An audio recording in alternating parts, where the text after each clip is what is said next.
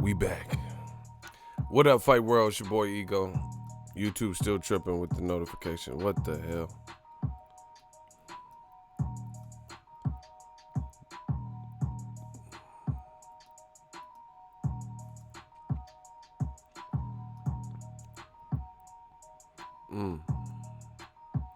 Yeah.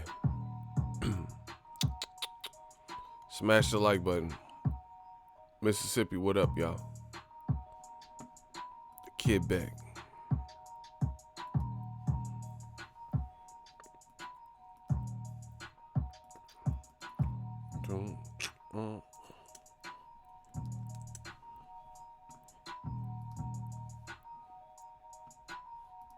Smash the like button.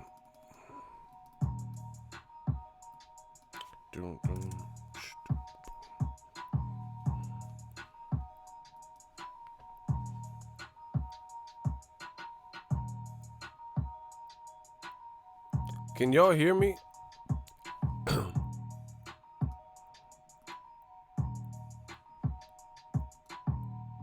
I don't know why it's so choppy.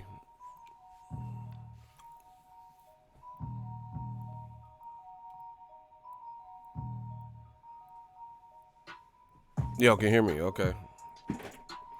If y'all can hear me, I want y'all to wish Jose de Jesus, shooter extraordinaire, a happy birthday. His birthday was yesterday. Can we get some birthday love for the shooter, Jose? Yeah.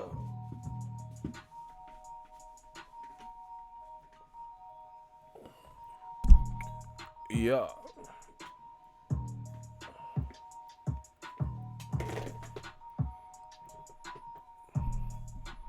Jose getting that birthday love. That's what I'm talking about. We the army.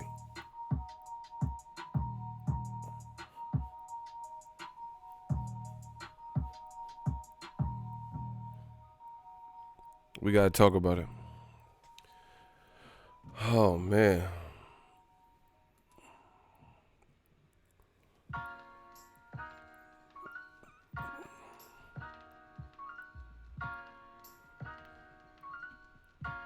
Shout to Al.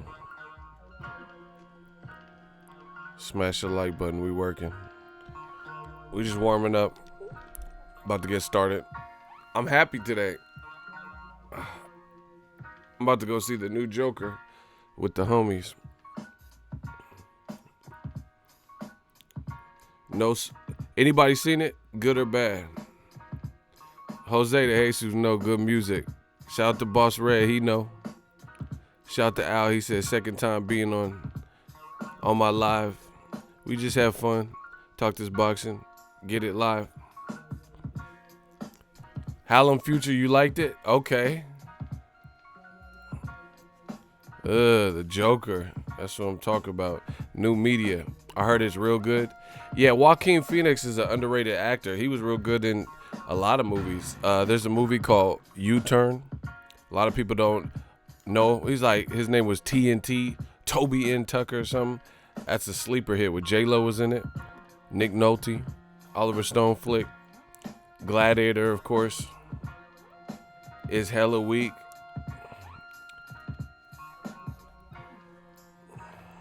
We gonna find out.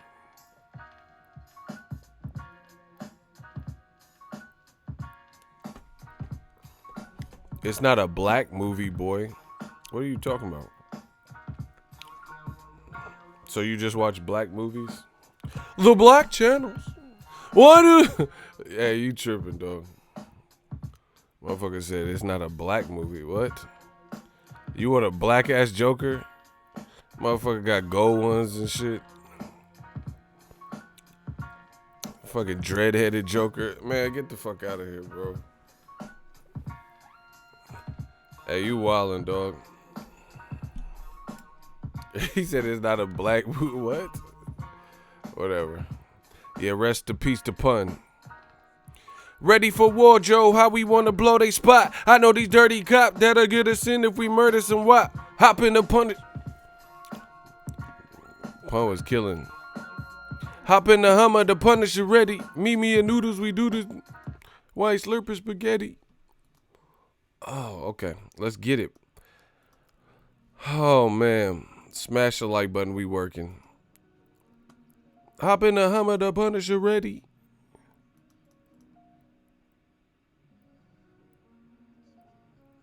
You ain't a killer. Facts. Classic shit. Real. Oh, I'm glad people still recognize pun in like real hip hop. Hey, I heard my dude Cass got 8 though, bro. I ain't watched it yet. Cass got 8 like that, bro. That's bad. Y'all did Cassidy Greasy? Who watched the Cassidy battle? I heard he got 8, bro. That's fucked up.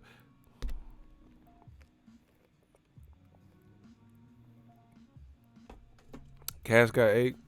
Say something. He said, yes, sir. Damn. Man, Cassidy got bars, but you gotta refine your style. Like, you know what I'm saying? Like this new generation, they got schemes and like they switch up the cadence, you know what I'm saying? Like it don't Cassidy sound like, you know, he sound like he sound throughout his career. And it's just the game has evolved in that way. You know what I'm saying? It's like the NBA. Like some of the people might have been raw back in the day. Remember when they had them like little booty tight shorts on? Some of them might have been considered raw, but the game is like different now. You can't just be no 6'7" white dude who can't really hoop like that going in against LeBron and shit. You know what I'm saying? Now you got teams with like sniper shooters. It's just different. You know what I'm saying? Like so the people when Russell was playing and shit, they would get chewed up now.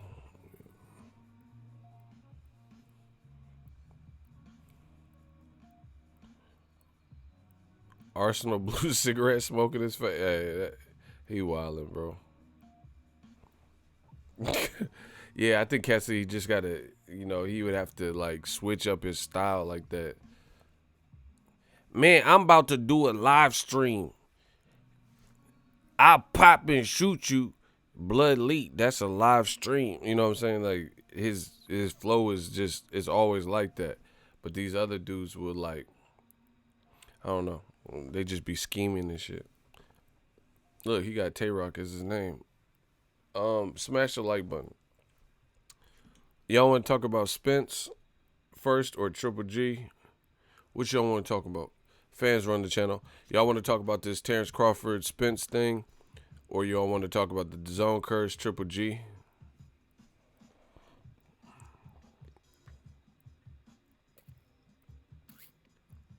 Cass did good in that garage with Disaster. I thought he beat him.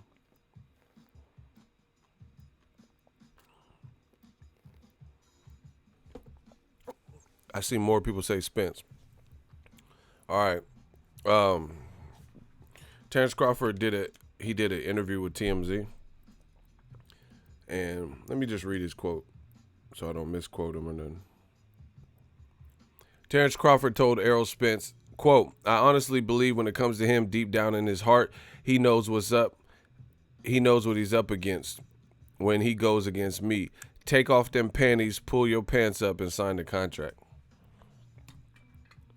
That's from Terrence Crawford to Errol Spence. Now, my thing is this. This what I don't like. This what I don't understand. Again, I told you on my channel, I don't do all that pick sides shit. I really fuck with Spence and I fuck with Crawford. I don't pick sides and like I like who I like. You know what I'm saying? And I happen to really like and respect both of them.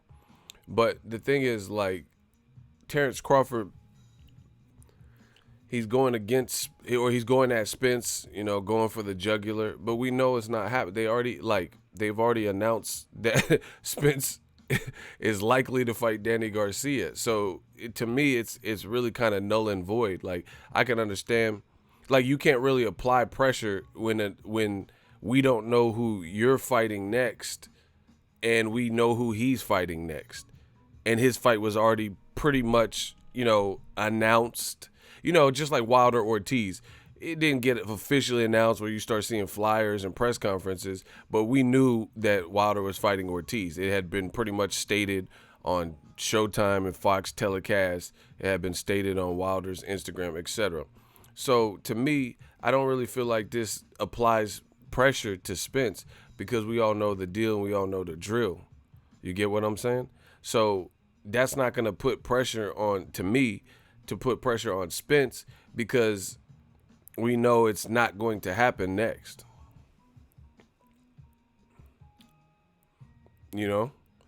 And to be honest, it's a shame that Crawford is such a terrific fighter and Spence's promotion has already like a succession, you know what I'm saying? They already have like a what's the word? They already have an agenda, itinerary lined up for opportunities for him, and they're on the ball with it. But Terrence Crawford is supposed to fight, I thought, this year. They said October, but he hasn't announced his fight, so I'm assuming that's not happening. Then they said November, December. I don't know. You get what I'm saying? Shout out to Brazil. Shout out to my people in Brazil. So my thing is like, his handlers, they gotta figure out that. Like, he was supposed to fight. They said in October, then they said November. It's already October 7th. What's the date? October 8th. It's October 8th, and I still don't know when Crawford's about to fight next. I don't know when he's about to fight next, and they said he's about to fight before the end of the year. Meanwhile, Spence's team already has his next thing lined up. Does that make sense to you guys?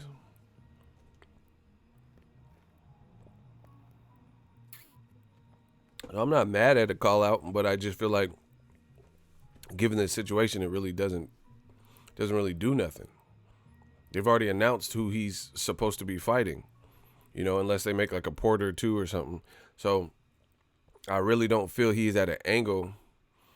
He doesn't really have an angle to just jump in and apply this crazy pressure that's going to thwart what Fox pay-per-view has in store and PBC, and make this pressure scenario where Fox has to work with ESPN to make Crawford versus Spence. It just, you know what I'm saying? It doesn't look like there's no way you can, it's like going to a barber shop and you didn't make an appointment and it's the week of prom, so the barber is booked up. Everybody else has an appointment, but you're a walk-in. You could try to, if somebody cancels, just be waiting around, and if they're booked, they're booked. You feel what I'm saying? You go to the barbershop as a walk-in and everyone else was smart enough to make the appointments, then you got to wait for any open chair, or if you're going to a specific barber, you got to hope somebody flakes and cancels, or, they get done prematurely and they can squeeze you in because you didn't make an appointment. And that's kind of what I feel like. That's what I feel like. Crawford, we don't know who he's fighting next, and Spence's opponent's already been announced. So what, between Bob Arum and Crawford, like putting the pressure on, that doesn't really do anything. See, and this is the thing, and I'm not really saying this from maybe Crawford. I think he's about that life. I think he really wants to fight the best, but his handler did the same thing, Bob Arum. I think Arum knows he can't deliver Crawford no major fights, so they already have to set up the play. Arum has to set up the play to make it look like Spence is afraid or ducking, and put that out there and say Al Heyman don't want to work with, to try to make the opposing side look bad, because the inevitable will happen, like I predicted, which is Terrence Crawford will be waiting in queue and waiting for Errol Spence to go through the guys on his side of the street, gain notoriety, gain popularity, gain A-side leverage, to the point where when it's all said and done, there's going to be no doubt about it that Errol Spence has the more provable accomplishments, accolades, belts, names, etc., that is going to make him the A side in that equation. And I think that's all this is about. I don't think Spence is afraid. I don't think Terrence Crawford is afraid. I think this is pure, this particular instance. There's no like, oh, they're arguing over a drug test like Manny Pacquiao did with Floyd. It's nothing like that. This is just pure strategy, growing your fighter, building your brand. And I predicted this. I told you guys about this. And to be honest, I don't blame PBC for doing this, because you have to understand this and understand and be clear what I'm saying to you. It would be one thing if Terrence Crawford had this long tenure at welterweight and all the PBC guys on his side, on Errol Spence's side that he could fight, had shit resumes. But the fact is, the guys on PBC, based on their network and who they can fight and the fights that have already happened to this date, have better welterweight resumes than Terrence Crawford for political reasons, right? That's a fact. I've went over this. It's not like, this is not a like, if we're just prophesizing, then I do think Crawford and Spence are the top dogs in the division. But that's just a theory of mine. They haven't fought. They haven't fought every single person that they, in the division, where I could be wrong. I'm not perfect. You get what I'm saying? So with that being said, as it sits right now, the other guys on PBC have like been at welterweight longer, therefore, and their talent pool in the welterweight division or 140 and like the divisions that they could fight in is greater with PBC. Therefore, there's been the musical chairs and you've seen these guys fight each other.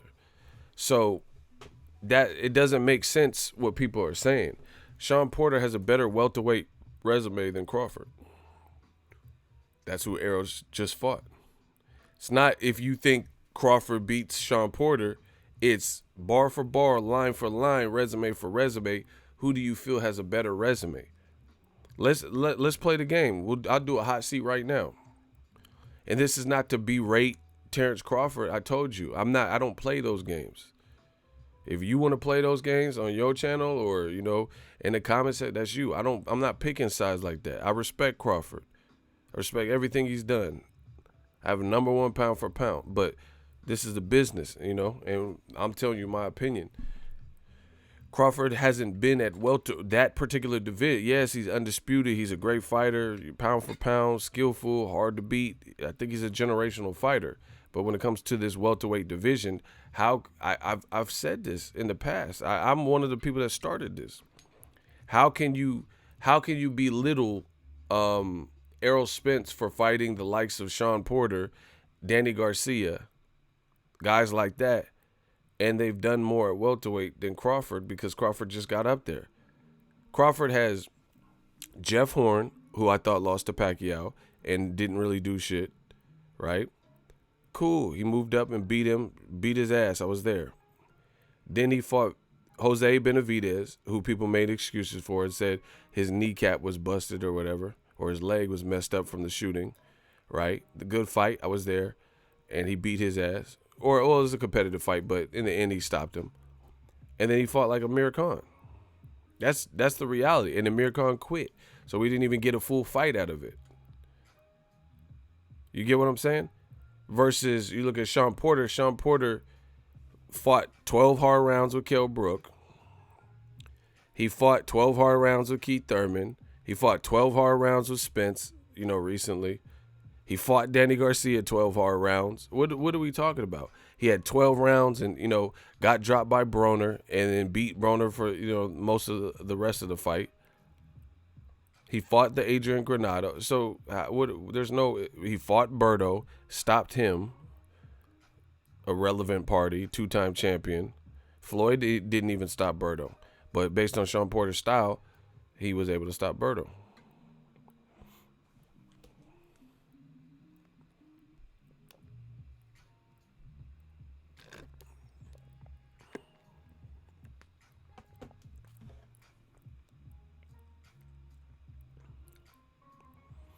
My name is Arthur Ramon. I'm a fan of your channel. I have depression. Please send a support message for me. I need so much. Shout out to Arthur Ramon. You know, depression comes, but it definitely goes. Just stick with it. You know, keep your head up. Shout out to Arthur Ramon. Get some claps for Arthur Ramon then. He up in here. Boxing can just find a release like boxing. Watch boxing. That'll remove the depression. Seeing other people get beat down. See?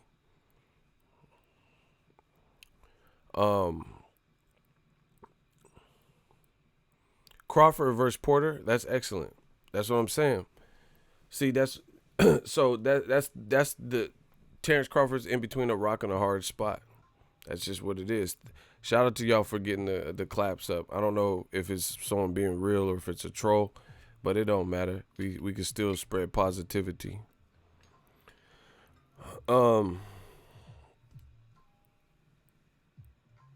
That's the reality of it. Shout out to my girl Jay. Early morning ego. Yeah, I'm about to go see the Joker. So I had to get this one in early because I'm gonna be gone this afternoon. Yeah, man. Like that's just the situation that Terrence Crawford's in between a rock and a hard spot because the Errol Spence, unless he loses or like meets defeat or looks like Golovkin last week, his stock's gonna keep rising. If he keeps winning and doing it, his stock's gonna keep rising. And PBC, frankly put, Fox, Showtime, the umbrella he's under, they have better welterweight opportunities for him. They have more opportunities for him to, if he remains disciplined and sticks to it and continues putting out the output that he has and wins, then there's no stopping that train, unless somebody were to beat him and like set his career back or something.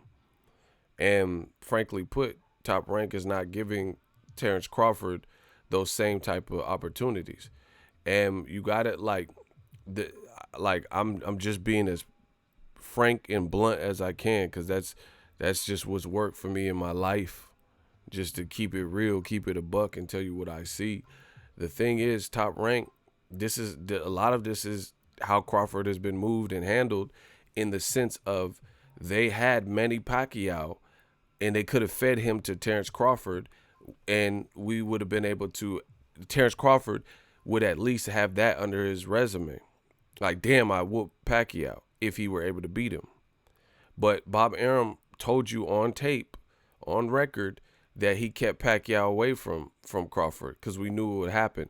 But he waited till Pacquiao signed with Al Heyman, so now he discards, he discards his feelings towards Pacquiao because he's no longer part of the Pacquiao brand, just like he did with Andy Ruiz Jr. When he had Andy Ruiz Jr., Bob Arum told you that he would love to see Andy Ruiz versus Anthony Joshua. Then Andy Ruiz leaves, buys himself out of his contract, goes with Al Heyman, beats Joshua, and he's talking shit about Andy Ruiz, saying he don't have no punching power, and how did this fat guy win? That wasn't the real Joshua. So, it's common sense to see what's going on there. Sour grapes, a bit salty. Who wouldn't want the first ever Mexican heavyweight champion working in under their umbrella? You think Bob Arum, who knows the value of the Latino Hispanic market, you think he doesn't want to be in charge of Andy Ruiz's career? That's pay. Bro, that's 2 guaranteed paydays. The first Joshua fight and the second Joshua fight. Arum and Top Rank would love to be a part of that. But they discarded Andy Ruiz. And then he went and continued his career elsewhere. And then now Bob Arum speaks of Andy Ruiz and he don't speak highly of him anymore. But he never said this shit when Andy Ruiz was with Top Rank. Just like Mikey Garcia, just like Floyd Mayweather. When Floyd Mayweather was with Top Rank, Bob Arum says, and I have it on tape on my computer, Bob Arum says, Mayweather, he's like Muhammad Ali. He's the greatest boxer we've seen since Muhammad. That's what he said. During the Zab Judah promotion, he said that Mayweather is Muhammad Ali. Mayweather buys himself out of his contract. Years later, is pitted against a top-ranked fighter in the public, Pacquiao, and he's like, Mayweather, all he does is run. He's a boring fighter. Mayweather, like, no, we not doing it. Okay, 1 minute he Muhammad Ali, then the next minute he's a boring bitch and all. Man, come on, bro. That's like motherfuckers like who break up, that girl break up with your rusty ass and then you dissing her. That's why your pussy stink, bitch. Like, why was you with somebody who pussy stink, bro? That don't even make sense. See, some of y'all is beta males, bro. Y'all can't stand the rejection so bad that you have to try to dig deep and offend the girl that you was with for 5-6 years, and you had to try to be petty. Bitch, that's why your pussy stank. Bro, why was you with someone for 6 years if they pussy stank? That don't even make sense. Man, that's just, it smell like artichoke hearts and ravioli. Then why was you with her then? If it was all that, you know what I'm saying? But this is what people do. Just petty shit. I don't do that. I don't really speak down on no ex and shit like that. Because then I'll look like a fucking clown. You ain't never heard me speak down on none of my exes. I hate them all, but I'm not finna single them. I take it there. What the fuck? For what? And then I look like, man, that's why you couldn't keep a job. Then why was your ass with her? Women do it too. Oh, that's why you couldn't make the basketball team, you non-hooping motherfucker. Your dick is small. You was with the non-hooping small dick. So what the fuck are we talking about? Man, I hate that. So he couldn't make the basketball team. They put your punk ass on JV. You wasn't good enough for varsity. Bitch, you was with the JV dude. What? Man, I'm from the Bay, man. Stop playing with me. Anyway, it don't make sense to badmouth people like that just because you don't have your way and shit. Like, that's petty. I'm a grown ass man. What the fuck? You gotta be on your alpha male shit. But anyway, yeah, Bob Arum, when you leave him, all of a sudden you public enemy. Miguel Cotto, his breath stank. Like, why you say you was with Cotto all these years? He left and came back, and you was promoting him, and then he go to the Rock Nation and the motherfucker Miguel Cotto, his breath stank. Like, you tripping, dog? You tripping? Talking about Cotto breath stank and shit. Motherfucker breath. How does breath stink? He just whispered all the time. What? Yes, I do feel my fight with pretty roaches. What the fuck you whispering, Cotto? That motherfucker Cotto be whispering than a motherfucker, bro. Yin yang twin ass. Hey, little mama, let me whisper in your ear. What? Man, who the fuck is it? Archer come bang this tight pussy. Who the fuck is this? Y'all got prostitutes in my shit? Hey, we ain't got no shooters. Arthur, you can come bang this tight pussy. What the fuck is this? Man, get these thoughts out my shit, man. What the fuck? Y'all got all types of catfish in my shit? What? The fuck was that? Bitches on the track and on my shit. What? Man, y'all better stop. Y'all got this pimping and pandering in my comment section. The YouTube, it wasn't me. Like Shaggy, it wasn't me. Yeah, this motherfucker fucking Backpage Ego. What the fuck was that? Yeah, you're not Boxingego, you're Backpage Ego. I ain't no motherfucking Backpage. I didn't know what they was doing. She's trying to set up a little hot date or something. What the fuck was that? Man, don't be telling nobody this is Backpage Ego and shit. This ain't Loveline. I didn't hook this shit up. I don't know what. Hey, rah, you tripping. No, I didn't. Don't put that on me. Yeah. Talking about, yeah, Backpage Ego got all the hoes. Like, no. I don't have nothing to do with whatever she was trying to do. She was trying to sell that Punani bento box, bro. She was trying to sell that bento box. What the fuck was that? Man, I told you I'm a real person. I don't know what this shit is. She like, yeah, come beat my shit up like Derevchenko. Like, what? We talking boxing. You talking about beat my shit up like Derevchenko. Hey, you a hoe. You a thought. Yeah, come Derevchenko my shit. Like, what? Hey, bitch, sit down. What you doing? We talking boxing. Hold on, let me get this. See, it's too early. This is why I don't do no morning show. Y'all motherfucker trying to sell pussy in the Lord name and shit on my shit. Mailman Mike, $5. Bud has to apply pressure to get these fights and get the hell away from Top Rank. Your third or fourth tier depth chart, Arum is holding it back. Bro, it's not really, that's what I'm saying too.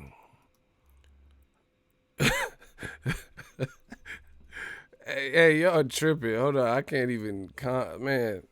Get these fucking fake ass Julia Roberts, pretty woman prostitutes the fuck out my shit. What the fuck was that? I am not Richard Gere. That's a fake ass movie. How you gonna take a prostitute? You gonna take a toot and try to do something with her? Hey, y'all some simps, bro.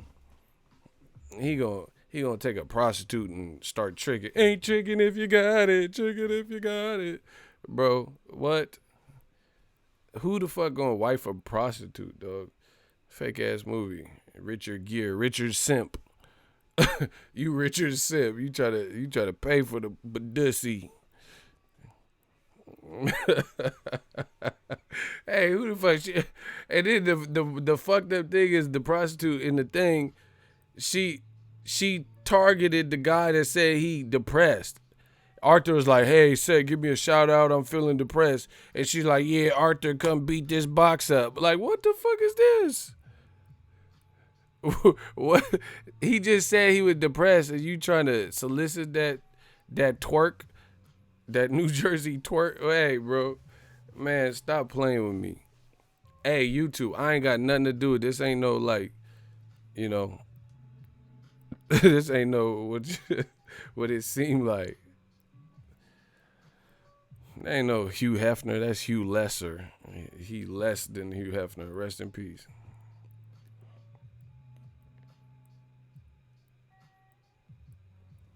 For life, one deep, for sure. Anyway, see, but someone said Crawford got to apply pressure. Bro, that's what I'm telling you. In this given situation, it's not really applying pressure. How's it applying pressure? How you go, listen, how's it applying pressure with, oh, Errol, fight me, pull your skirt up or whatever. But we already know Errol Spence's next fight and next fight date. So how's that pull pressure?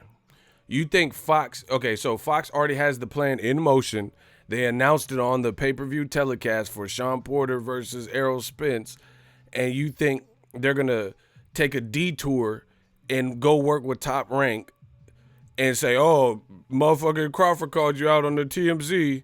Let's scrap this whole idea. We have two viable options now that Porter gave you a good fight and Danny Garcia. We have two viable fucking options the week before the Super Bowl. Let's just stop this so we could go fight Crawford on because he called us out on TMZ. Come on, bro. Y'all gotta have some fucking sense, bro. Shout out to Al. Shout out to Boxingego in this whole chat. This chat is wild. Man, I wasn't wild. It was that chick. She was trying to solicit. But shout out to Al. And I'm not talking about Heyman. I'm talking about the one that just paid me through the super chat. That, bro, it's not, it doesn't make sense. Like, it sounds good and it's cool and it's going to get people to make videos and apply this fake pressure. That's not real pressure because you know someone's tied up. That's like when Dennis Douglin, what's his name? Dennis? Mama's boy? What's his name? Dennis Douglin? I'm not sure how to pronounce his name. But anyway, he fought Darrell in the past. Darrell's fighting Benavidez, and then he pull up because Darrell, I think they disrespected him at the press conference. So he pulled up on Darrell, like, what's good? You know, you a bitch, you know. But no one's going to squander million shot. Oh my God, Al rolling in the dough. Appreciate you, Dennis Duglin. Okay, I said it right.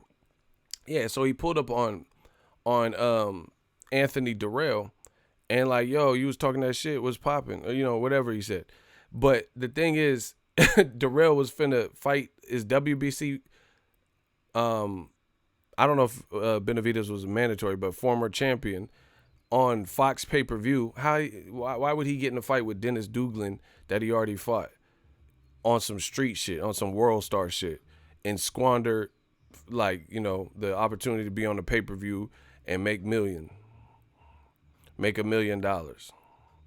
That people be doing too much. That shit don't even make sense. Like, how you gonna get in a street fight and then get injured or cut or just get squandered and kicked out the hotel? Like, come on, bro. That's not even logical. And that's not really being a bitch. You pulled up on it. The man trying to make weight. The motherfucker weak right now, probably. He trying to make weight. Can he get some carbs in him? You know what I'm saying? It's just not an opportune time to be fighting. That's like you getting released from the hospital. You've been admitted in the hospital for 5 days. You get out and the motherfucker try to fight you.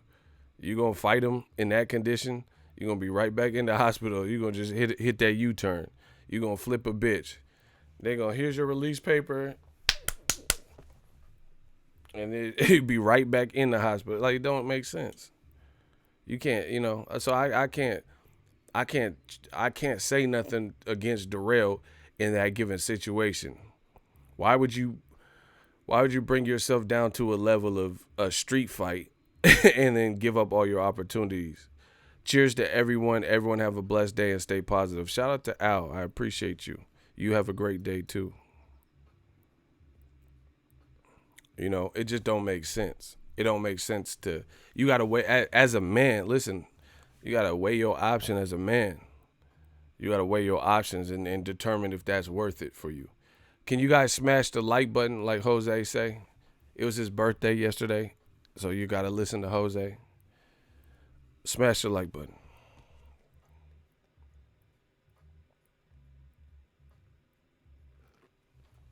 So, to me, it don't really apply pressure because Spence already has a route that has already been publicly released. His TMZ, listen, if I'm lying, let's do the fact checks and look at the date. His TMZ interview dissing Spence or saying pull your skirt up and sign the contract came out after the announcement of he's fighting Danny Garcia. So how's that, let's be real, how does that work? If I look at the timestamps and the dates, his diss came after that we already knew. Like, go to Mike Coppinger's Twitter and shit and look at the timestamps of when it says Spence is likely to fight Danny Garcia, slated for Fox pay-per-view, sources say. Look at the dates. The TMZ shit just came out. So, it that don't really make sense to me. It don't make sense that it doesn't apply pressure. That's basically what I'm saying. How does that apply pressure? When you already know and PBC's already on it. They already told you what he's doing. It's too late. That was released. If they didn't release and they said Arrow's looking for an opponent, that's something different. If they hadn't released the information or the information wasn't public knowledge. But it's not as easy as Terrence Crawford to say just sign the contract if he's already sounds like in a situation where he's already signing another contract, and we all know this. Like, you can't do that. If it's public knowledge, it's public knowledge. It's not like somebody came out after the fact and said, nope, we're fighting Danny. Like, they said it before he even did the call out. So that don't really apply pressure to me because it don't make sense. Again, Fox pay-per-view, there is a business. Fox pay-per-view is not going to abandon and thwart their own plans that they've announced. And they had Danny Garcia in the ring. You think they're going to just say, oh, we got called out. on TMZ. Time to go to work and work with Top Rank. They trying to kill Top Rank. You know, they trying to kill the competition. It's just that simple. Appreciate you, Al. Thank you.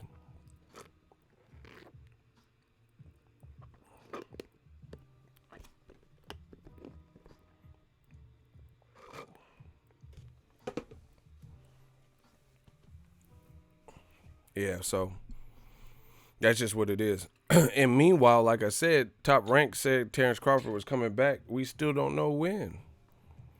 I still don't know. I still don't know when his next fight is from not PBC. Top Rank has not announced it.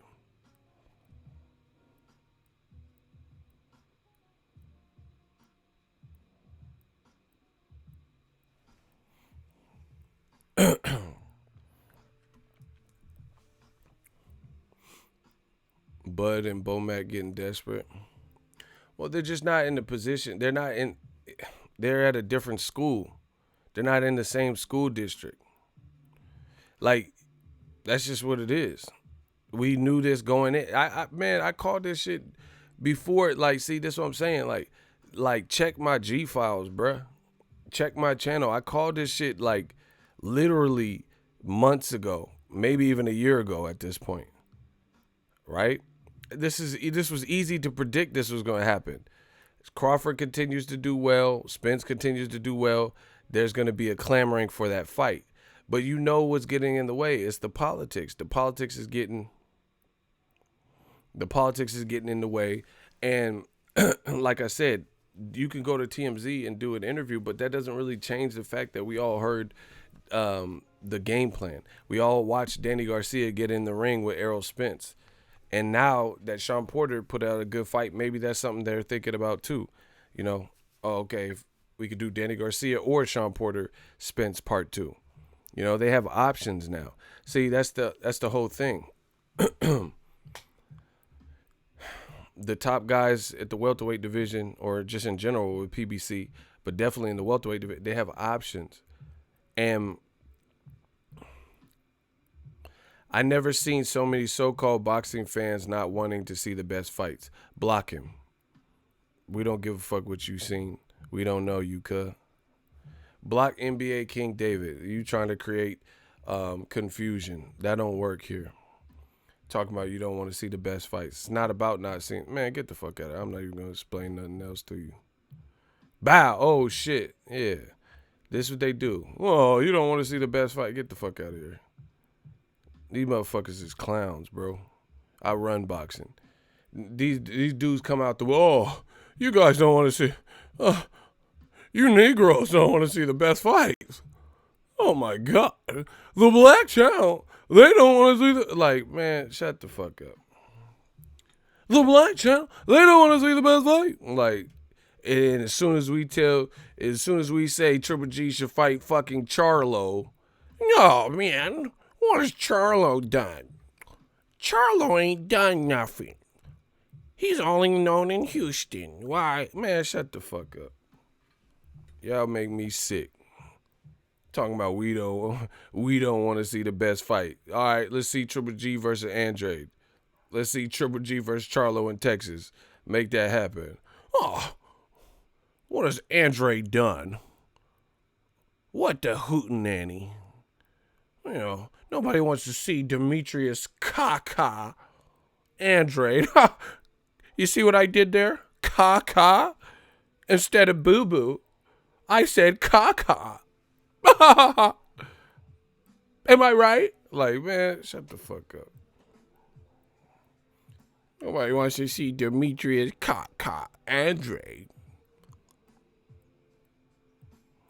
What? Then they gonna come in, oh, you don't want to see the best fight? Man, shut up. Sick of you. Talking about we don't want to see the best fight. Stop. Put Triple G in there with Derevchenko, and then his next fight, he need to fight Charlo and Andrade. Man, they need to do a Royal Rumble. Triple G will get his ass beat, bro. Put Charlo, Andrade, and Derevchenko in there with Triple G at the same time. I'm trying to see some Royal Rumble. Yeah, we'll see big drama show. Let's do it like that. Royal Rumble. Derevchenko, Andrade, and Charlo at the same time, since y'all want to play. Y'all want to see the best versus the best? Yeah, let's see that Royal Rumble. Triple G will get man, his body would be broken in half. That man fold up like an ironing board.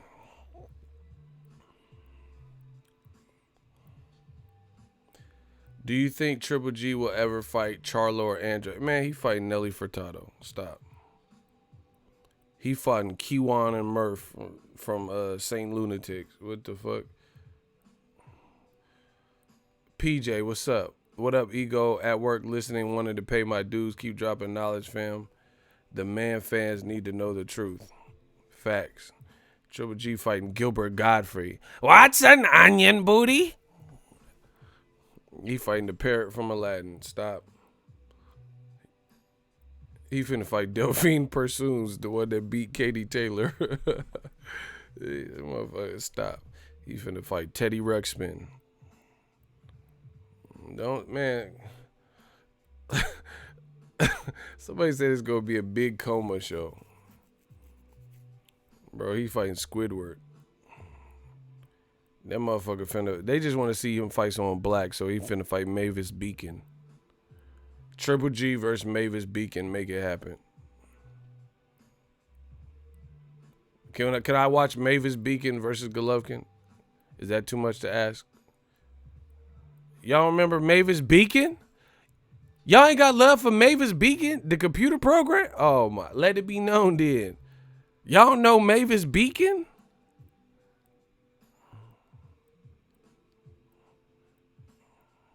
Man, he fighting Muggsy Bogues next. Triple G versus Muggsy, make it happen. I'm trying to see that Muggsy Bogue fight. Anyway. Someone said he fighting Barney. Apples and banana. I like to eat apples and banana. He finna fight a dinosaur. Y'all crazy.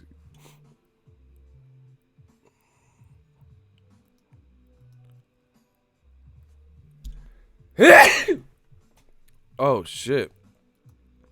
I rebuke you. I see a fool, bro. He said Muggsy will cross his shit. So anyway, yeah, that's just what it is. Terrence Crawford is just not aligned with the side that get shit done. But here, this is the kicker. This is the funny thing. This is the thing that's so funny. Bro, tell me if I'm lying. I've already said this in the past, but I'm going to say it again for the new people just tuning in. I repeat, Errol Spence, Terrence Crawford, we can argue that they're the best in the division, right? They have to fight. We have to see what happens. However, there's a big however. Terrence Crawford versus anybody with a fucking name at PBC would be a better fight than the options he has in-house. Yes. Right? So why do people act as if I can't get and see Terrence Crawford versus Errol Spence, let's just forget about everybody else that he could fight with PBC? Why is it Errol Spence or bust? At least right now, why they are building the brand of Errol Spence. You motherfuckers is full of shit. Thank you, Alex M. He said my daily coffee, and I didn't get any coffee today, so I'm definitely going to get one now. Thank you. That doesn't even make sense, bro. Yes, I get it. People want to see Spence versus Crawford. But if he's not in the plan, you can't. It's not happening, bro. They have a plan for what they're doing and they're building him. Why there's still everybody else with PBC is a better fight. Everybody with the name is still a better fight for Crawford. So why won't Bob Arum? Why would he refute? Why would he say, "Oh, we want Spence or nobody"? That doesn't make sense. How come it's Errol Spence or bust? I would rather see Mikey Garcia, Danny Garcia, Sean Porter, Keith Thurman, Pacquiao, any of these guys versus Crawford. I'd rather see Sergey Lipinets than Mean Machine. You know, I'd rather see Jose Cito Lopez than Mean Machine. What's the difference? You know, at least Jose Cito Lopez has big fight experience. He fought Canelo, fought Berto, fought Keith Thurman and hurt him. You know what I'm saying? I'm not saying that Jose Cito, so please don't just go and repeat some stupid shit. But what I'm saying is, I'm not saying that's my prime number one fight, but I'm just saying all these guys at least have bigger names and shit that he could fight. You guys, yep, that's a great one. So why? See, that's how I know you guys are full of shit, trying to do like Gossip Girls and act like schoolgirls, because you're trying to create this narrative and it don't work over here. You can't create the narrative as if nobody else on PBC exists but Spence. The fact of the matter is, Terrence Crawford versus anybody with a name would be beneficial at this point. It's not just Spence. It's not just like, oh, if we can't get Spence, then we'd rather fight Mean Machine. That don't make sense. And, you know, there's an old saying. The old adage goes, beggars can't be choosers, and Top Rank is not in the position of authority. You're not in no authority. They're not in the position of power. They're not in the position of authority, at least as it pertains to the welterweight division. So that being the case, if you pick, like, you're not in the position to pick who you want to pick and make the fight. And then let's say you attempt to, and they say, no, you can't have that person. Then what do? You go down the line and fight somebody else. Say, all right, give me Danny Garcia. Oh, no, Spence is fighting Danny. Can't have him. All right, let me get Porter. That's what you would do. Okay, can't get that Berto, you know, and go down the list.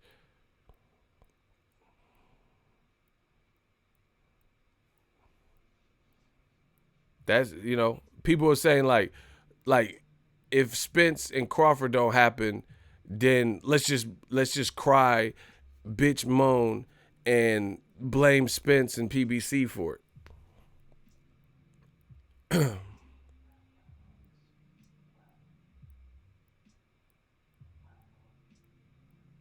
You understand what I'm saying? Like, that doesn't make sense. It's because they're trying to force this narrative that someone is ducking.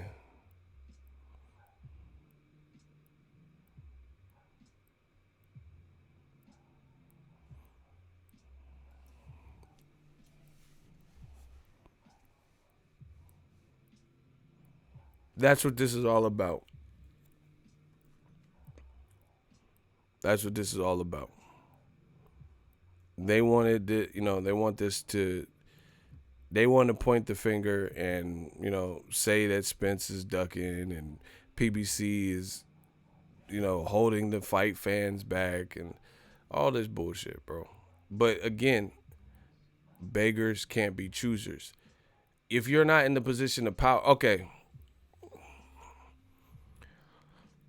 If I don't have no whip and I'm starving and I don't have no money, and then my sister says, hey, I'm going to In-N-Out Burger. I'll take you and I'll buy you something there. And like, I could understand if I was like vegan or something. I don't eat meat, but I definitely eat burgers and meat. I'm not vegan. So she said, I'm going to In-N-Out Burger and I'm broke and I don't have no money. Then guess what I'll be eating for lunch? As a broke person with no car or no money, I would be eating what was offered to me. Right? So if you want to fight Errol Spence, that's cool. I get it. You know, you want to go at the top, blah, blah, blah. But if they have plans for him, instead of just sitting there in destitute and having a tantrum and saying, like, Top Rank saying, oh, Al Heyman is the cancer and all that, what about another guy from the PBC?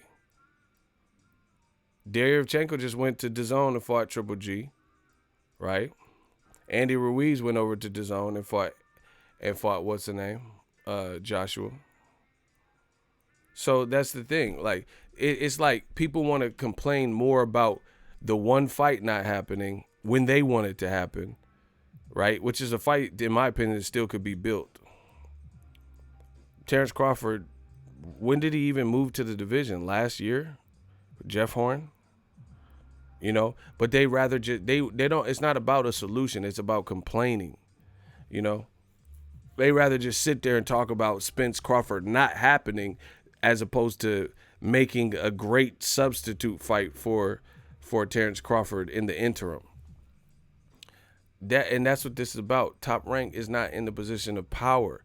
You're not in the position to dictate. We've all been in situations where we don't wear the pants in the situation. This is one of them. Top Rank is not in the position of power. Just like Tank. Tank is a big star. So Tevin Farmer and Dazn and Eddie Hearn.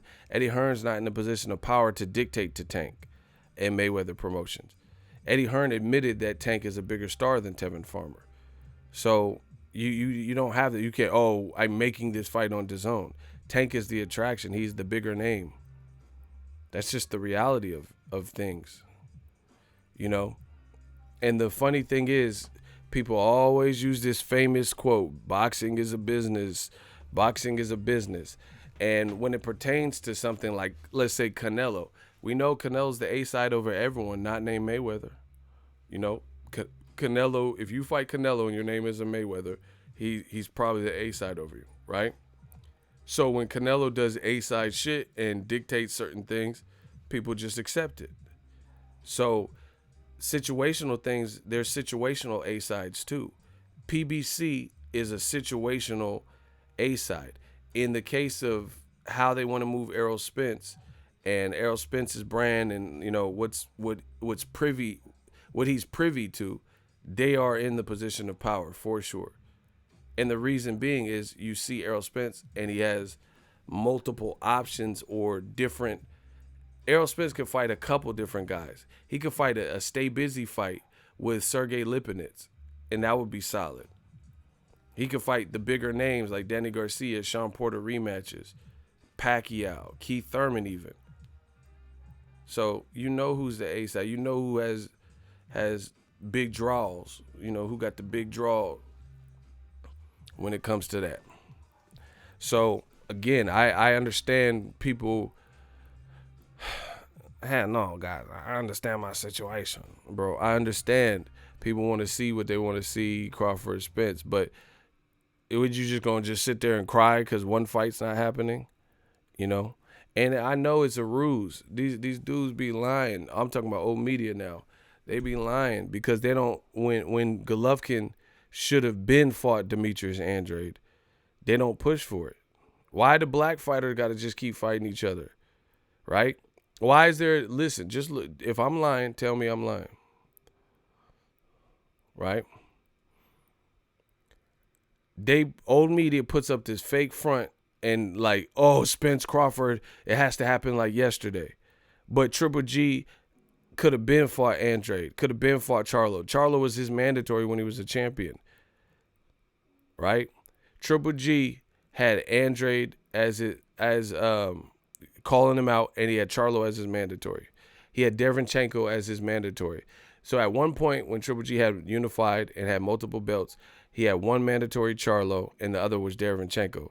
He didn't fight either until he just recently fought Derenchenko, but not as champion. He didn't fight either of them when he was a champion. But then people are saying, oh, Crawford Spence must fight. It should happen. It should have happened already. Canelo was at 154 with Demetrius Andrade and Charlo and never fought them. He didn't fight him at 54 and he didn't fight him at 60 to this day. Wilder voice.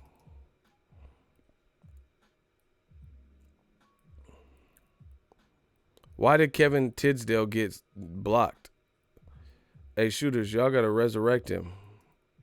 I think y'all blocked the wrong person.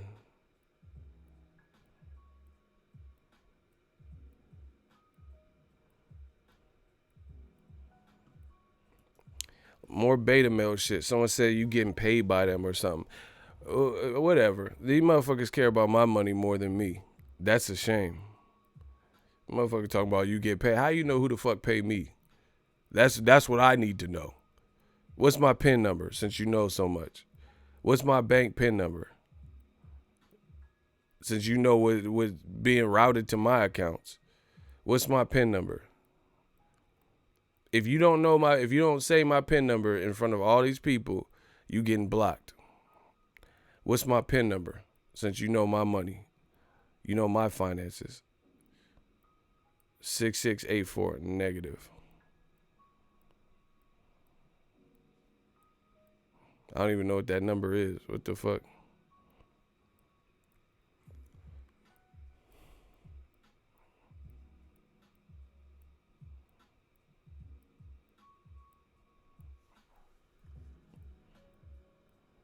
Damn, y'all blocked him for that pin? That's not even the dude. Wow.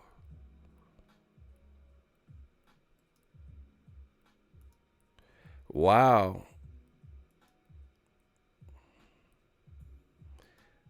He a regular, though. You know that, right?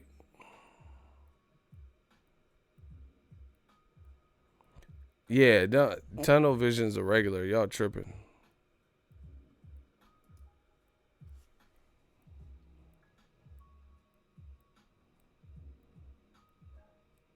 Damn, shooters, y'all tripping.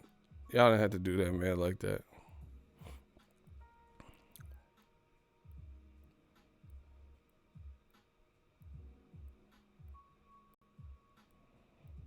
Man, these dudes getting clapped left or right.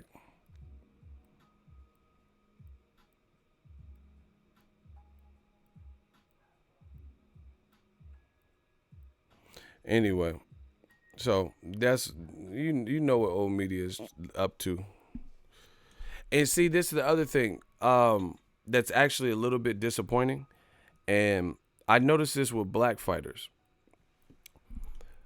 With black fighters, I feel like there's a lot of times when there's two black fighters, there's this inherent like what's the word? Just like inherent rivalry, like to disprove the other one. Like who's better, like a competitive thing. You get what I'm saying? Like it's like increased levels of testosterone and like I want to outdo you, this type of camaraderie, right? With black fighters. But then I notice a lot of times black fighters don't have the same energy for non-black fighters. Like the level of disrespect that they'll send off to other black fighters be off the charts. The call outs be in your face. But then when it's a non-black fighter, they don't necessarily do it like that. They kind of respect the like different cultures. Do you get what I'm saying? So let me give you an example. Terrence Crawford was on the same side of the fence, same side of the street with Pacquiao, but he never called Pacquiao out as aggressively as he's calling out Spence. And they were on the same side. That would have been a fight that was real feasible. But I feel like Crawford in that given situation was a lot more muted about fighting Pacquiao. And I was always pushing for that fight. I was always pushing for that fight because it was an easy fight to get done. HBO wanted it. I think the fans wanted it. And it would have been a good fight. And it would have been a coming of age fight for him. But he's telling Spence like, oh, pull your skirt up and let's box, sign the fucking contract, blah, blah, blah. But he didn't. I feel like why didn't he do that to Pacquiao? See, that's what I'm saying. This is what I noticed with. I'm just being real. That's what I noticed with black fighters. Sometimes if it's another black fighter, then it's like the gloves are off. We gonna get it. We get it. I don't know. Maybe if they feel there's a certain understanding or something. But then when it's a Pacquiao, motherfuckers acting all like, oh, I'm not gonna talk. I'm not gonna get that reckless with him. Like what? Bro, Porter's too small for 54. Porter fought at 165 as an amateur. Thank you. Hypermasculinity. Ooh, Maya. I like that. She said hypermasculinity in the black community. That's what I'm saying. I've noticed it. Just look at it. Look at what I'm talking about.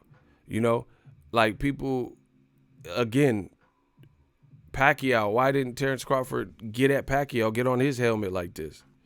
Like, be at the same fights and pull up on, like just all the shit we've seen with Crawford and Spence. Like, I'll stop you fat and da-da-da, whoop, whoop, whoop. Holland Future said, I noticed that too. I promise you, it's something to just pay attention to. Even if you haven't seen it, just pay attention to what I said. You know, it's like they're like how it's like a different, like almost like you're forced to respect like somebody else outside of the black community differently. You get what I'm saying? Like, man, why? I want to see, keep it even Steven. I wanted to see Crawford go at Pacquiao the same way because I thought that was a very attainable fight. It was a good fight and everything. You know? So that's just my personal opinion on it. Like, where was this energy for Pacquiao? Now, I know Crawford wanted to fight Pacquiao, but he didn't get at him like this. He didn't get at him like he's getting at he making it almost seems like he has almost something like he has more to prove. If Crawford would have beat Pacquiao, he arguably gains more than he gains from beating Spence, because Spence is a new cat versus Pacquiao is already a Hall of Fame legend. Spence is working on his legend. You get what I'm saying? But once again, this is what I noticed, like I said, in the black community, is like the gloves be off with other black fighters, but then when it be someone who's non-black, they don't get the slick talking and the greasy talking the same way they do to other black people. So I think it's almost like a mindset, and people are predisposed to it, almost like slave mentality or something, like a mindset, and people don't even realize it's like a subconscious thing. You're able to, it's like you're able to let loose against your own, your own race, and throw caution to win, and that's accepted, and people like it and egg it on, so people do it. So black fighters will do it more. But then if it's someone else, then it's something different. Just think of this is like the NBA or something. It's like, let's say Isaiah Thomas and Michael Jordan are at each other's throats and cussing people out and all types of bullshit. Oh, you a bitch, your mama a bitch, and whoop, whoop, whoop. And then you playing John Stockton and you ain't talking to him like that. You feel what I'm saying? Like, how is it that you could be ready to kill Jordan or Karl Malone and you pull no punches, you don't hold back, but then you play John Stockton and then you supposed to act different? Why don't you call John Stockton mama a bitch if you're going to do it to a black, a fellow black person? I'm telling you, I really think there's a psychology to that. Some subconscious, like back to slavery shit. It's like, I tell you guys this all the time on my channel. It's like we're conditioned to look at the black community as not even a community. Like, it don't matter. Like, I tell you guys all the same shit.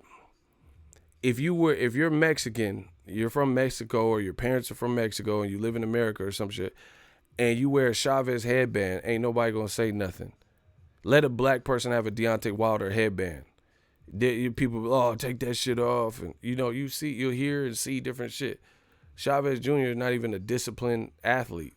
Wilder at least gives you his all every single time, and he's knocked out and hurt everyone he's fought.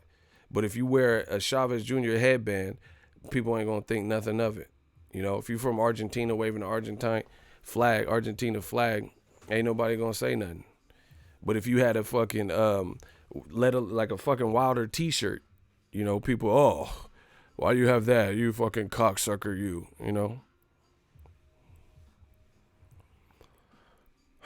Shout out to Icy. Ego, my pops told me to let you know he's grateful for you dropping these gems this morning.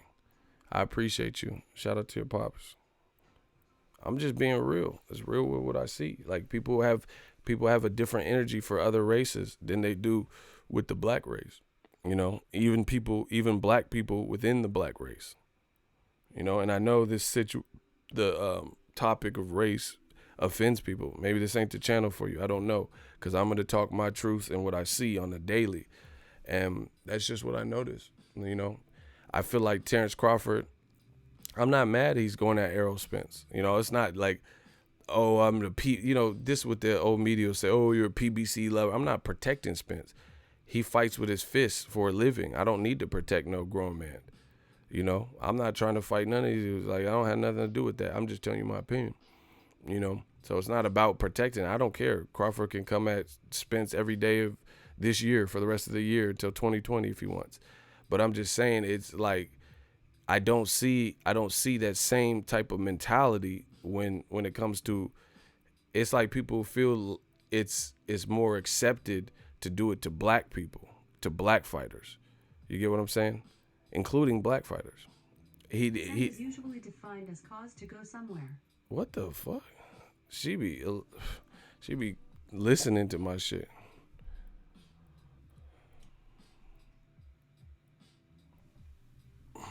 Yeah, business brain.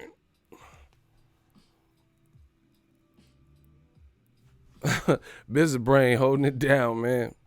Business brain with the $100 plug drop off. The game is worth more, but here you go, bro. Hashtag preach. Business brain, appreciate you. As always. Get some claps from the man again. With the drop off. With the Brinks drop off. No, I just noticed that in the black community, and it's something I wanted to speak on. I would love to have seen Terrence Crawford and Pacquiao, and I think that would be the fight to that would have defined him. And people are like I said, it's just so accepted. It's so accepted to see Crawford and Spence pitted against each other in this way, and the thing is, there's almost no unity within the black community as a whole, to the point where there's other races and actual racist people who are going to egg it on too. You get what I'm saying? They're going to egg it on too. And then within the race, people are egging it on too. And you don't see this same type of mentality when it comes to other people. Like making Triple G fight Charlo or Andre. Where's the outrage for that? Please let me know. Like, why are we putting such a precedence on Crawford Spence, but meanwhile Canelo up here and he fighting Kovalev instead of fighting ready-made fights in his division with Andrade or Charlo? Triple G, same thing. Especially, at least Canelo got a good resume. Triple G ain't really fought nobody like that up until Jacobs.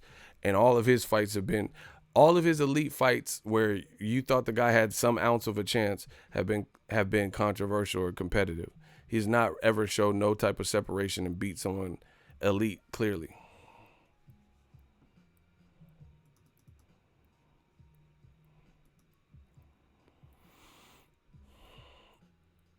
That's what I'm saying, and I'm not finna just let that shit ride. There's no one out there aside from me, really, who just constantly gives it to you so real and speaks on some of these issues. The same energy y'all have for Crawford Spence is cool. It's a great fight, dope, but so is Triple G Charlo.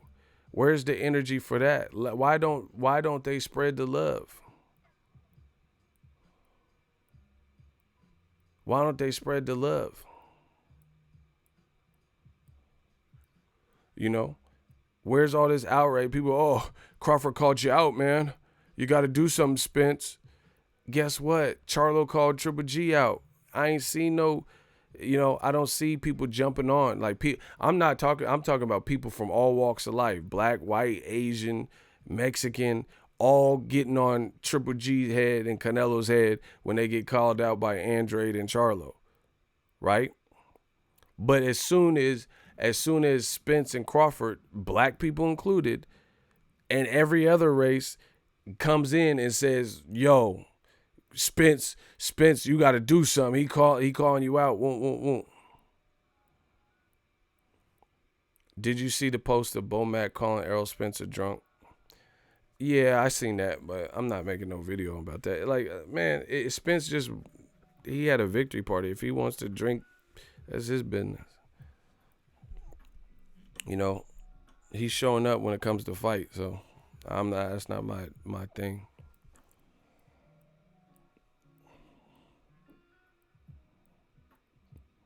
Big time. Excellent add-on. No one really jumping down Leo Santa Cruz's throat either. That's what I'm saying. Gary Russell just like put his arm around his dad. Motherfuckers was allegedly so hurt and angered and triggered by that. But where's the outrage? Where's the same energy? Because they don't care. I'm telling you, they don't give a fuck about us. They want that black on black crime. They don't care because it's a distraction away from the norm, from some of the other things. Yeah, I seen that. I seen that though, Jose. It's a distraction. They don't want to spread the love. They just want, if they want to keep the Crawford Spence shit going, let Crawford and Spence both target Pacquiao and watch this shit change. Watch it change. I'm telling you. I know how the game go. I've been in it. Let Spence and Crawford ease up on each other and both start going at Pacquiao hardcore. See how the shit changes. Real McCoy, ego bro. Either Bud don't know, don't show, or don't care about the PBC and new media. What is that from Boys in the Hood? Don't know, don't show. I know it's from one of the movies, Higher Learning or some shit. Boys in the Hood, one of them, something. The lesser of two evils, exactly. Charlo not ready for Triple G. That's what I'm saying. These old media motherfuckers especially, you ain't never see where Triple G is the end of Crawford and Spence. Let's talk about Triple G. He need to fight Derevchenko. And see, man, come on, bro. I just went over this. If you have the complexion for the protection, let's look at it. Once again, I'm going to keep saying it. Katie Taylor, I don't think she's undisputed. Think she lost to Delphine Persoons. Her next fight, she left the division. She's fighting a girl with no knockout power and like 13 fights or something. Far fewer fights than Delphine Persoons. She literally just lost her last fight. People are saying it's controversial. She won all the belts. She says, her and Eddie Hearn says that Katie Taylor can still make weight, yet and still she's not rematching that girl, Delphine Persoons. Tyson Fury. He's running around the king of Vegas or whatever he said he was. He said he beat Wilder 10 rounds to 2, whooped his ass, easy work, and, you know, Wilder's a bum dosa. Right? Fled to go to ESPN and started fighting Caucasian fighters, right? Instead of the person that gave you all the trouble, he fought random, like, Caucasian fighters that no one had even heard of. And that's who he chose to fight in lieu of settling the score with Deontay Wilder.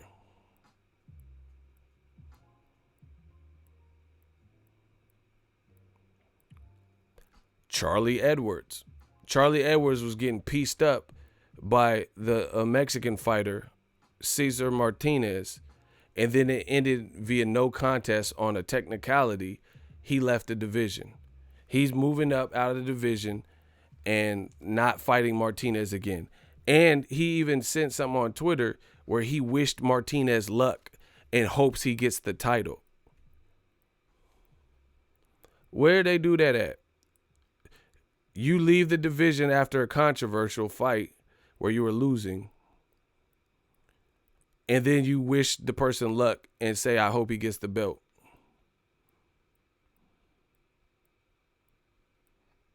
Look, Charlie Edwards verified account.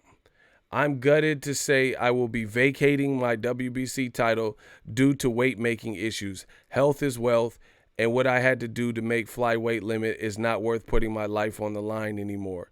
Thanks for waiting for my team and my decision.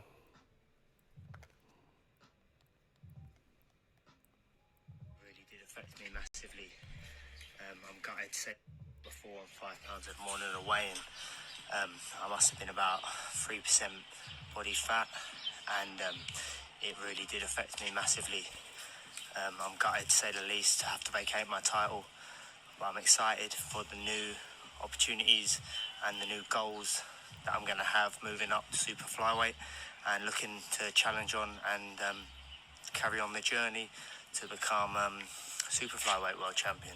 Just want to thank you all for your support and patience while I made my decision and my team made. Nope. Horrible. Look. Secondly, I want to wish Martinez all the best and hope he goes on to claim the title, as he is a great fighter.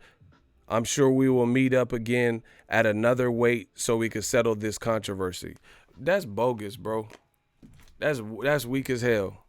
They might as well just give the belt to Cesar Martinez. He shouldn't even have to fight nobody else for it. That shit bunk. That shit bunk, bro. So he knows his controversy, and now he's saying his health comes first and can't make weight. And he's like, oh, me and my team had to make a decision. If you had to make a decision, then that means you could make weight, because then there would be no decision. If you absolutely couldn't make weight again, then there would be no decision to make. You'd just be like, hey, if I make weight again, I'm going to die, you know? So, bro, that's a duck. It is what it is. Martinez was piecing him up, and it ended, and he narrowly, got out, escaped. And as a result, now it's a weight excuse. Man, it's horrible. Horrible. He was getting pieced up.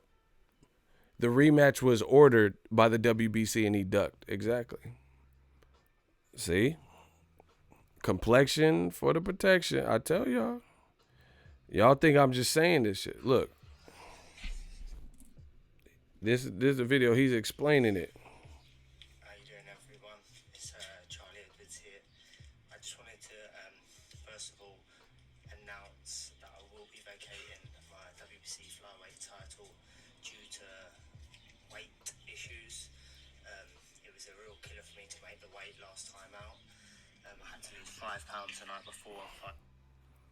Bro, that's horrible. You should have moved up before. You wait for a dude to give you that work, and then now all of a sudden you can't make weight. You can't make weight. Come on, bro. Come on.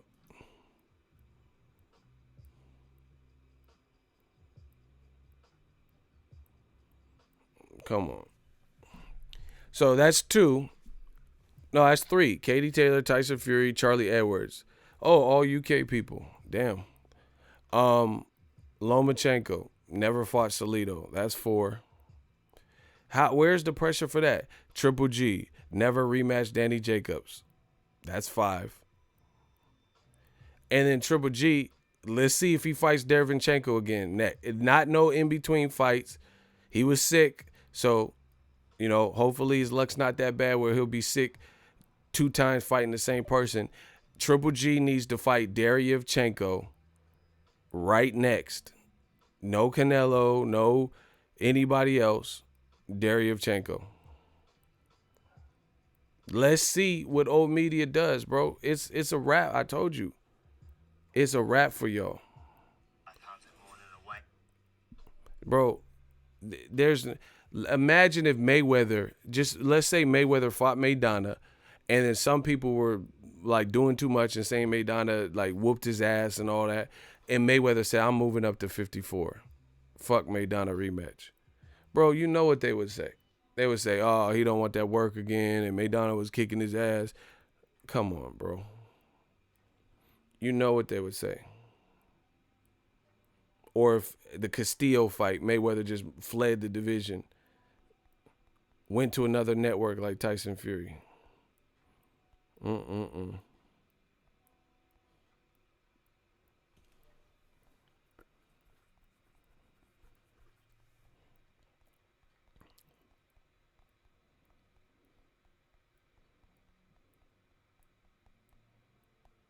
Look,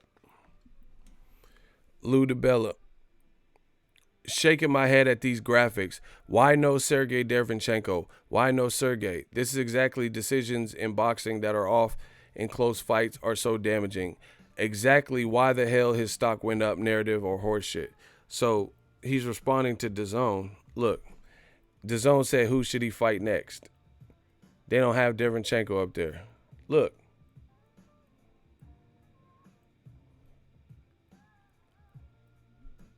Bro. Dazn, they gotta regroup, bro. They said who should Triple G fight next? They had the nerve to put Munguia up there. Munguia don't even fight in his fucking division, but they don't put no Charlo, yep, and they didn't put no Derevyanchenko. And you got the nerve to ask who Triple G should fight next without those two fighters. And you for whatever reason put Munguia, who I think it might move up but hasn't actually fought up there.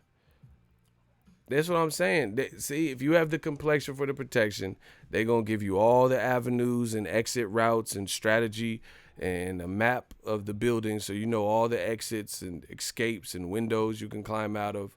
But they don't do that for minorities, you know, especially the black fighter. They don't do that. They don't give you all these, like, escape routes and strategies to not settle the score. If Andre Ward left the division and retired or some shit after the Kovalev first fight, y'all would say his whole resume is trash, his legacy is ruined. That's why Dre did with the Noble thing. He fought Kovalev again and then retired. He like, man, I just toppled Kovalev, stopped him. I'm going to end it on that note. Perfect. But Charlie Edwards, Katie Taylor, Fury, you know, they could get regarded, Lomachenko, Triple G, they could be number one pound for pound to old media on ESPN lists and all that, best 25 in the last 25, and they can openly duck the rematch fade. And it's accepted. And y'all want me to push Crawford, Spence, but we got issues like that. Man, Triple G, I'm telling you, his brand is going to take a major hit if he don't fight Derevyanchenko again. Next. He got to fight him next. That's it. I wish they would try to market Canelo Triple G. It don't matter how Canelo look. It's about how Triple G looked. And he has unfinished business with that man Sergey. Because it looked like Derevyanchenko had his number. You dig? It looked like Derevyanchenko had his number.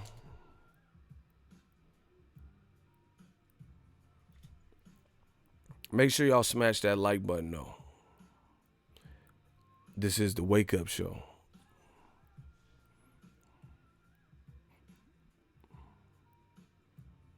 Are y'all there? Yeah, man. Or here's another thing. Lomachenko and Salido, that's already one issue. But Devin Haney on his ass. Devin Haney wants to fight him. Devin Haney is his WBC mandatory. Where's the pressure? Where's the pressure for like, don't tell me about Tank and Loma and Crawford, Spence, but then you're not ready to talk about Devin Haney and Loma. Devin Haney keep calling the man out. He calling him Nomachenko and all this shit. He's been looking great. Shut the kid up. If you better than him, shut him up. Floyd did it to Canelo. But yet and still, this is what they do to black fighters. Oh, Devin Haney, he's too young. Oh, what's he done? He hasn't proved anything. Oh, no one knows him. Oh, Loma will kill him. All right, let me see it. Let me see Loma go out and destroy Devin Haney. That's it. Nothing to talk about. Let me see it. This is what they don't want to do. Just like they rather tell you that Charlo will get destroyed by Triple G than to actual advocate for the fight. You know, and push for the fight to actually happen. That's because they don't want it to happen, because you know they don't believe what they say.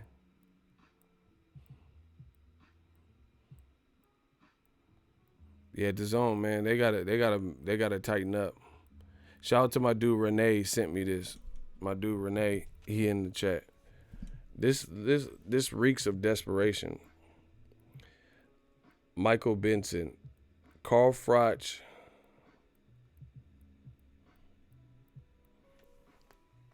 Oh, I don't know if y'all can read that. Carl Froch has stated that he turned down a comeback offer from Dazn worth tens of millions. The Cobra admitted he was considering the proposal, but not for long, because his trainer Rob McCracken advised him to leave it be. Bro, what? Dazn offered tens of millions to Carl Froch to come back. Now listen, I love Carl Froch. He's one of my faves. Sorry, I don't know that one. What the fuck?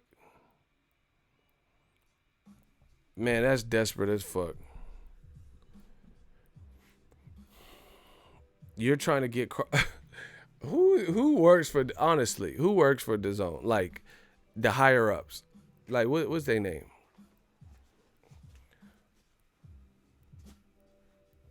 Who what? Carl Froch, bro, when was the George Groves second fight? He's been retired for years. See, they don't have a clue. It must be that. They don't have a clue. All right, Carl Froch, he fought George Groves in the rematch. Wow. May 31st, 2014. Okay, so it's about to be 2020, and you want to sign someone who hasn't fought in 6 years. That's before Mayweather fucking Pacquiao, y'all. You're offering him tens of $millions to give it a go, and he ain't fought in 6 years. Dazn that's some foolish shit, bro. And I love Carl Froch. And I'm not saying he couldn't get up for some fights, but who could he possibly fight? Like, what fight would be, like, who wants to see Triple G versus Carl Froch 6 years later when he been inactive? He said Carl Froch trying to fight Nigel Benn. I'm done, bro. He said I was a sophomore in high school 6 years ago. See, that's what I'm saying. Like, what? That's crazy. That's crazy. They tried to do this with Klitschko too. Like, they just, I don't know. These deals don't seem sustainable. Like I said, I really like Carl Froch as a fighter, but the man's been inactive for virtually 6 years. So what compel you gonna do Chavez Jr. versus Carl Froch, some shit that should have happened before he retired, you know? And Chavez Jr. brand and different. Like, who's he gonna fight? Danny Jacobs after he lost to Canelo versus Carl Froch, Triple G versus Carl Froch. Bro, that looked desperate as fuck. Shout out to the Red. He said free Spong. That's what I'm saying, man. Hashtag free Spong. Spong out here. Usyk. Man, Dazn got to do something. I don't know what Eddie Hearn be doing. What he be talking about, bro? They got to do something.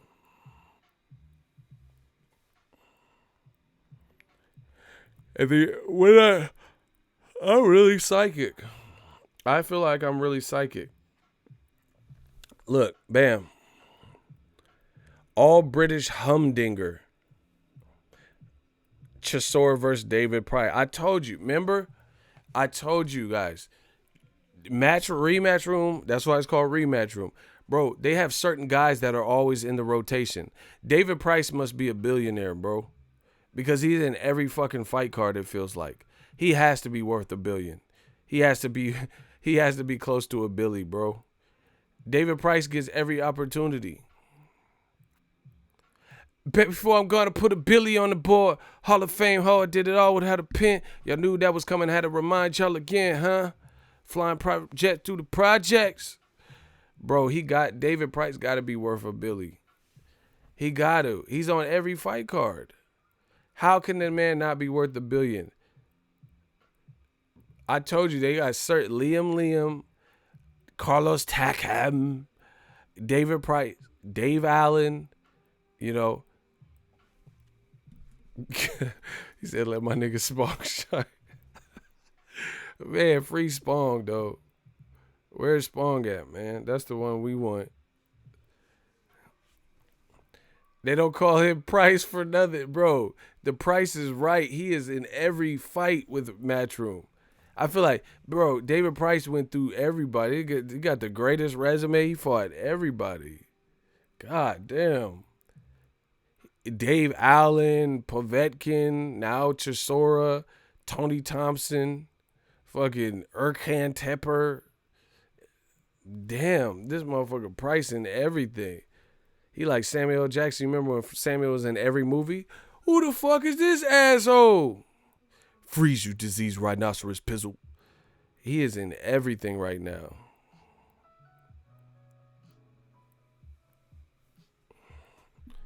Anyway, that's horrible. Chisora versus David Price.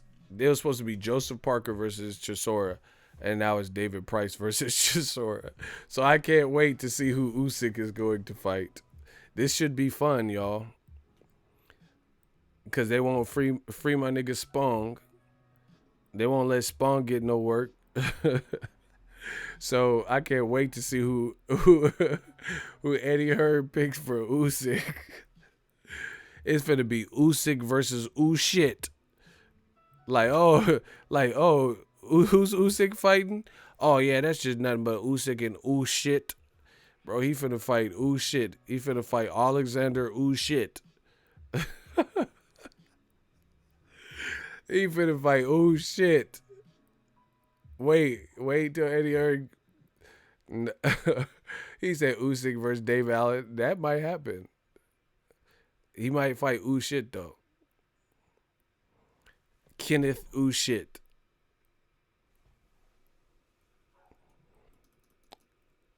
He's finna fight Moonroof Malone.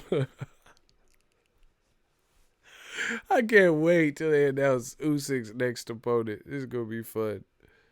He finna fight the Kool-Aid Man. Oh yeah! He gonna bust through the walls and shit on the promo. He said AutoZone. Man, he finna fight an inglorious bastard and shit. Quentin Tarantino. Usyk versus Lucas Brown.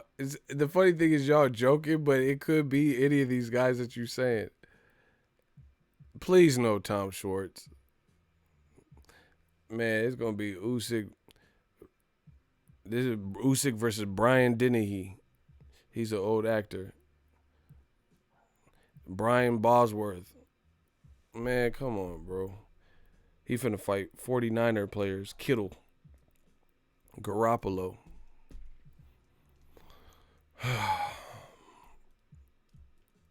Derek Chisora versus David Price. Like, really? It was supposed to be Joseph Parker.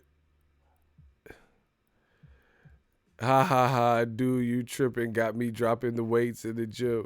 Hey, I'm just being honest, bro. You know it's going to be. And they motherfuckers got the nerve. Bro, listen. I love y'all. Listen to me carefully. I used to live in the UK, in England. I love y'all. Like, y'all got great fans, great people.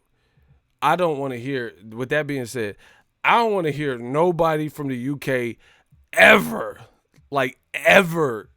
complain about the matchmaking in America. Like, some of these UK motherfuckers got the audacity to say, oh, I don't want to see Errol Spence versus Danny Garcia and all this shit. Bro, don't ever talk to us about matchmaking. Ever. Like, ever. You gonna complain about some Errol Spence, Danny Garcia, but y'all be paying pay-per-view for David Price versus Chisora. Stop. Sam Eggington versus Liam, Scotty Liam and shit. Bro, don't tell me about nothing. Dave Allen versus Lucas Brown. Don't ever tell me about no man. Like, you're not qualified. You're not qualified at all. Yeah. Charlie Edwards ducking Martinez. Stop. And y'all be right there in the crowd. We're not gonna take it. You're doing all them chants and Sweet Caroline. Don't tell me nothing. Yeah, they talk about, man, stop. Eddie Hearn, he tripping, bro. Eddie Hearn trying to do, this is real. I'm not lying. Eddie Hearn he's trying to get Jesse Vargas, Liam Smith over the line. What? What? I feel like Russell Westbrook. Remember when he was in the back and he said, what? Hey, you niggas tripping. Jesse Vargas versus Liam Smith? Like, really? Hey, Dazn, y'all gotta do something, man. What? Hey, you niggas tripping. Jesse Vargas, Liam Smith, huh? Like, I'd rather see Jesse Vargas kill Brook. They was already supposed to fight when both were champions, and that didn't happen. But, I'd still rather see that than this. And they announce it like it's some big ass thing when they come with these monkey ass fights. Bro, Chisora Price, this what y'all juiced about? That's a great replacement to Joseph Parker.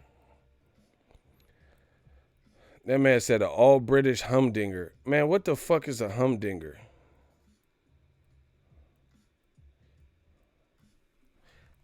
That sounds like a small bird, an hors d'oeuvre and shit. What the y'all tripping with all these words and shit in the UK.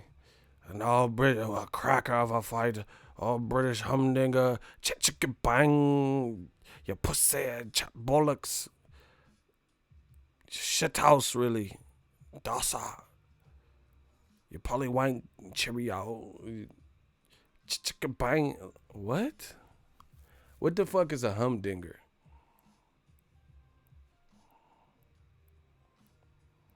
Y'all tripping with these words and shit, bro.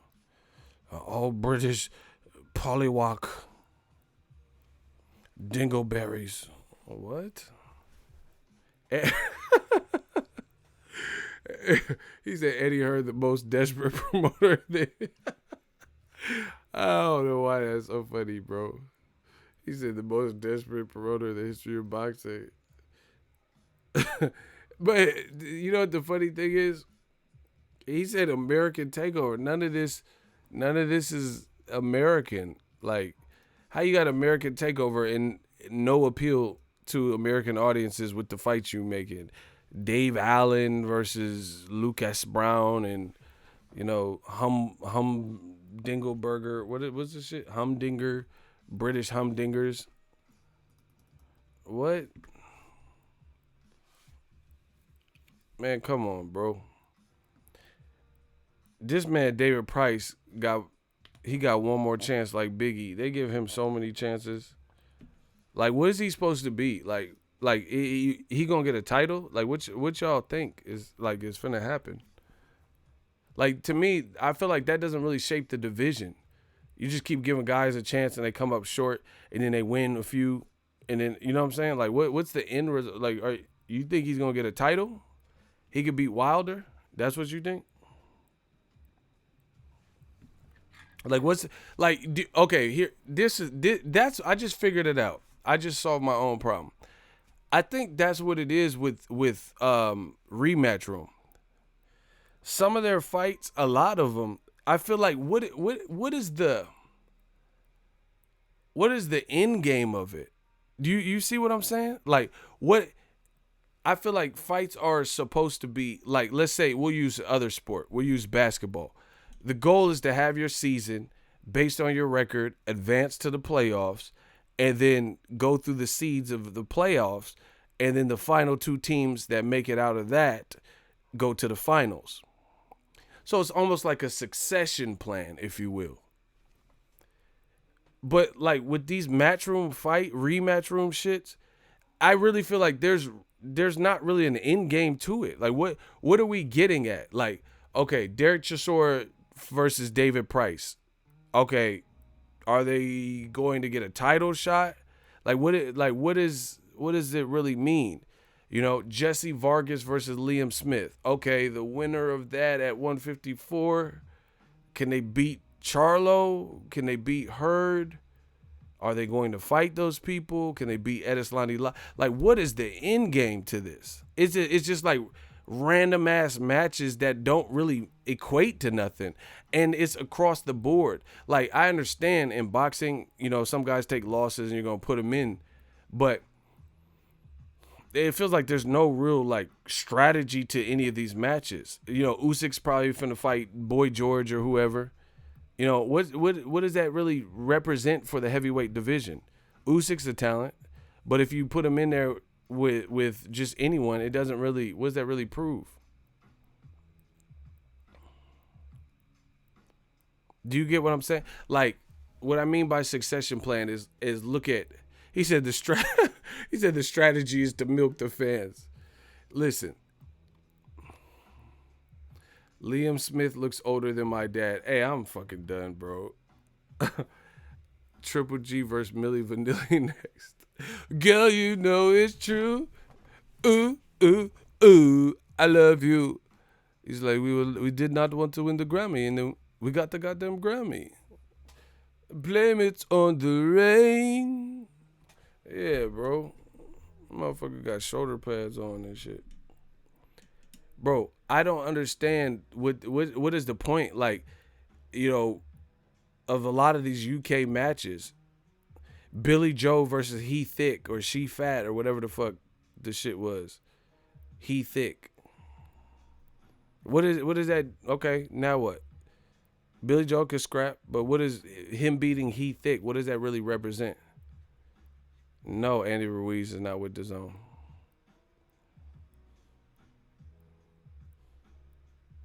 It just, I don't know. I don't understand. Like, it doesn't seem like a plan. Like, for example, Shakur Stevenson with Top Rank. We'll just use him random. He just fought Christopher Diaz, and then he fought, like, you know, they keep leveling him up, you know, where he's fighting a different echelon competition. Not really his last fight because 3 opponents pulled out or 2 or whatever it was, but I could see him getting a title shot from all of this at some point. Josh Warrington or somebody, right? Maybe the vacant belt. Now he's fighting the Joette Gonzalez. Is that his last name? The one with the sister. That's a good fight. I think, are they fighting for a title? I don't know. But anyway, that's a good fight. That's a solid fight. I seen him on a Golden Boy card. So that makes sense to me for his age and where he's at. But like Chisora and Price, what does that mean for the heavyweight division? I mean, are you gonna give them a title shot? Are they gonna get bigger fight? It's just like they're just throwing random people in, but there's no real like succession plan. Or Errol Spence. Okay, he fought Kell Brook, got the title, fought a mandatory Ocampo and Lamont Peterson, somewhere in there. Then he moved on to Mikey Garcia. Then he moved on to a true welterweight, you know, good resume, Sean Porter. Now he's going to fight a money fight with another true welterweight, good fighter, Danny Garcia. That makes sense. Like, I can understand the wheel and the momentum picking up and the snowball effect. They're fighting for the vacant WBO. That's a good fight then. So he's getting a title shot. You know, so that, to me, that's like a succession plan. Like, it's like their preview. Even a guy like Jose Cito Lopez, with his recent performances, with Keith Thurman nearly stopping him and John Molina, I can imagine PBC. I can only imagine they're gonna put him in another fight with maybe like a Sergey Lipinets or somebody like that, Lipinets, something like that. Maybe a Berto rematch. He's gonna get another good fight from that. And then if he keeps winning, then maybe start getting closer and closer to when Errol Spence needs an opponent, something like that. So I feel like there's somewhat of a succession plan or outline for who he could fight. It's like a level. It's like passing levels. With a lot of the rematch room fights and DAZN and UK fights in general, I feel like it's just random guys fighting, and like, what does it mean? You know what I'm saying? I'm not even trying to be harsh. I'm being real. Like Liam Smith, Gary Corcoran. All right, what does that mean? Jesse Vargas versus Liam Smith. What does that really do for Jesse Vargas if he beats Liam Smith after Canelo and after Jaime Munguia? Why weren't they able to get Jesse Vargas, Jaime Munguia done?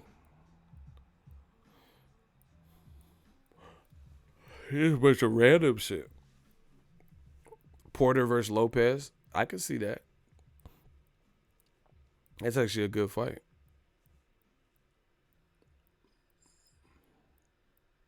So, I don't know, man. I can't wait to see who Usyk ends up fighting. Eddie Hearn gonna give him just feet, especially late notice. Oh, yeah, it's gonna be fun. He finna fight a Oompa Loompa. Oompa Loompa. Doompity-doo. He finna fight the dude with the knives. Remember that dude with the cart of knives on Willy Wonka? Up the Erie Mountains, down the Russian Glen. Look at me. Who remembers Willy Wonka, the original one? Y'all gotta watch that. That motherfucker with that cart with the knives. Up the Erie Mountain and down the Russian Glen. Look at me. Like, what?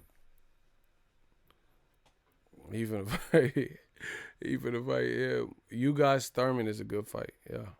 See? Options. Yeah, Usyk Chisora, it seemed like they would have made that, but he's fighting David Price.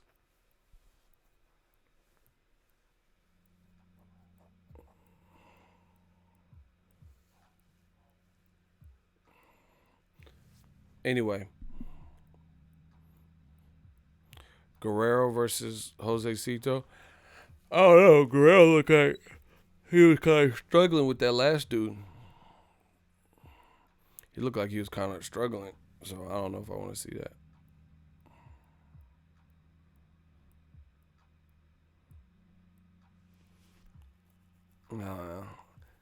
Anyway, I'm about to get out of here. I'm about to go see the new Joker. I'll let you know how it is when I get back. Peace.